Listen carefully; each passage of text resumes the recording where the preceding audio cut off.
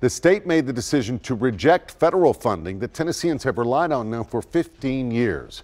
Well, News Channel 5's Chris Davis spent the day digging a little deeper into this story. Chris, when would all of this happen and why is it even changing? Well, the first part of that question is a little bit easier to answer. Tennessee will stop taking federal funds by the end of May. By June 1st, the state plans to have their own version of funding. Those impacted by this are concerned because they have no idea what the state will and won't put towards funding. And when we asked the governor, he didn't know that answer yet either.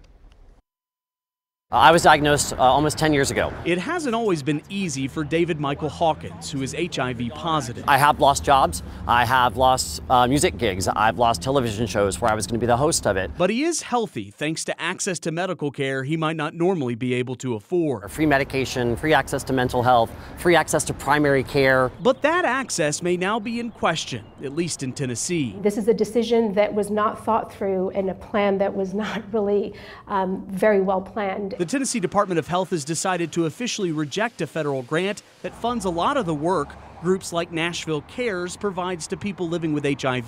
Community-based organizations have done so much work to reach people, to build trust, to engage with the most vulnerable. You can't take those resources away and decimate community providers that don't have other resources to be able to do this work. The reason why? We think that we can do that better than the strings attached with the federal dollars that came our way, and that's why we made that decision. But those strings attached may be a reference to Planned Parenthood, an abortion care provider. News Channel 5 has obtained documents from the nonprofit accusing top Tennessee health officials of attempting to oust Planned Parenthood from a CDC program designed to prevent and treat HIV. When that wasn't successful, the state decided to drop the federal grant altogether. The governor says their own version of the funding will have new priorities. Particularly focusing on human trafficking victims, on the transmission to first responders, on the transmission from mothers to their babies. Those are populations that we want to focus on. But the CEO of Nashville Cares is concerned about the kinds of people the governor didn't mention. But we have, communities of color, LGBTQ folk, people women, African American women, the rates are going up. So there is a lot of populations that we need to focus these resources. And while it hasn't always been easy for Hawkins, he's worried it's about to get that much harder for the HIV community. Most states around the country gladly accept it. Why wouldn't they? And so it was just a complete shock that Tennessee would make such a curveball move.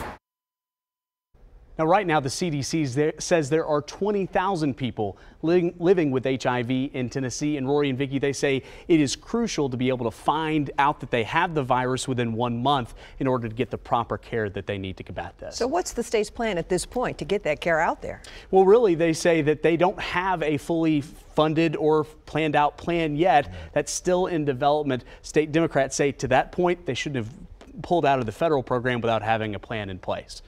Chris, thank you.